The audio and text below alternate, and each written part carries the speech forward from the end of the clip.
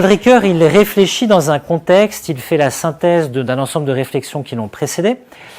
Et la première réflexion au sujet du caractère impardonnable d'un crime, c'est le constat qu'il existe une notion juridique qui correspond à l'impardonnable et qui est l'imprescriptible. C'est-à-dire, quel que soit le temps qui s'écoule entre le moment où vous avez fait un crime, si ce crime est considéré comme suffisamment grave pour qu'on le déclare imprescriptible, quel que soit le délai qui passe, on peut toujours vous poursuivre ou vous devez toujours répondre devant une cour de justice du crime qui a été commis. C'est cette notion d'imprescriptible qui semble, sur le plan juridique, correspondre à l'impardonnable.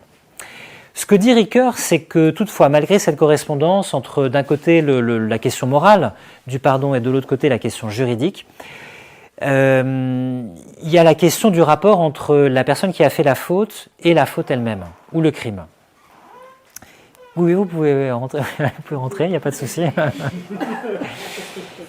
Il y a une première réflexion, vous pouvez passer, allez-y, vous pouvez enjamber. Si, allez-y, il n'y a pas de souci, voilà. Il y a une première réflexion d'un auteur, c'est pas la peine de le noter, vous pouvez le noter si ça vous intéresse, qui s'appelle Hartmann. H-A-R-T-M-A-N. Nikolai Hartmann, dans un livre qui s'appelle Éthique.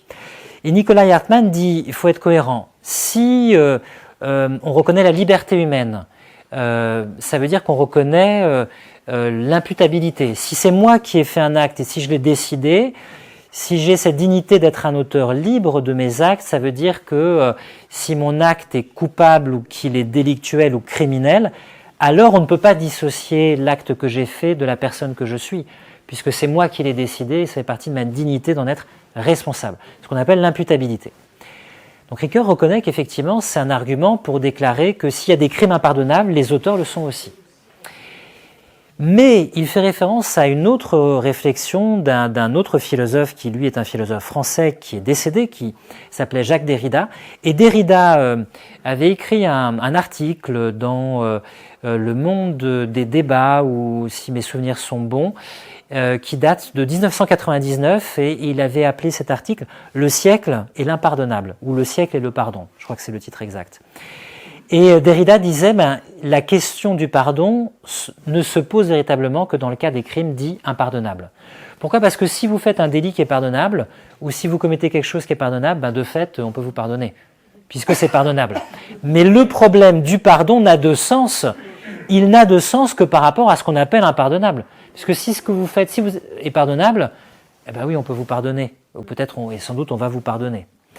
Donc Derrida, quand même, marque, si j'ose dire aussi un point, en disant que le pardon se pose quand même dans le cas des crimes dits impardonnables. Et ce que fait Ricoeur, c'est qu'il dit la chose suivante. Il dit, du point de vue de la justice, on est obligé de faire une distinction entre l'acte qui a été commis et l'auteur. Ce qui le montre, c'est qu'il y a des actes qui sont barbares, horribles, criminels, qui provoquent l'aversion, insupportable. Et pourtant, la justice, en même temps qu'elle reconnaît le caractère écœurant, elle donne aux criminels la possibilité de se défendre.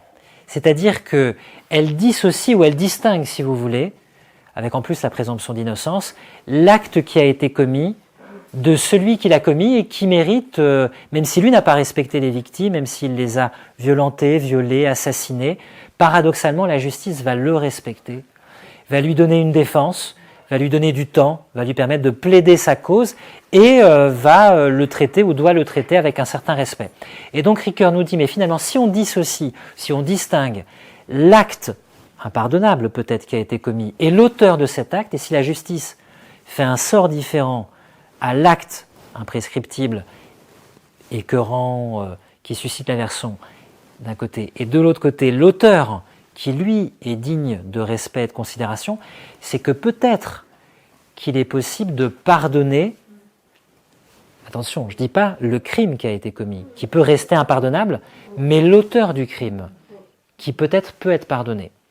Donc c'est le cadre de la réflexion de Ricoeur. J'ajoute encore un élément pour vous permettre de bien comprendre. Ricoeur, il s'inscrit, je dirais, de façon ouverte dans un contexte chrétien, et il fait référence à une célèbre phrase de saint Paul dans sa première épître aux Corinthiens, Saint Paul, en parlant de la charité, dit quelque chose d'assez incroyable. Il dit elle ne se réjouit pas de l'injustice, mais elle met sa joie dans la vérité. Et il ajoute, cette phrase assez incroyable, elle excuse tout. Elle excuse tout, la charité. Donc je répète, il parle de la charité, parce que le pardon, c'est du domaine moral, c'est pas du domaine juridique, qui, je l'ai dit, concerne l'imprescriptible, concerne le châtiment, etc.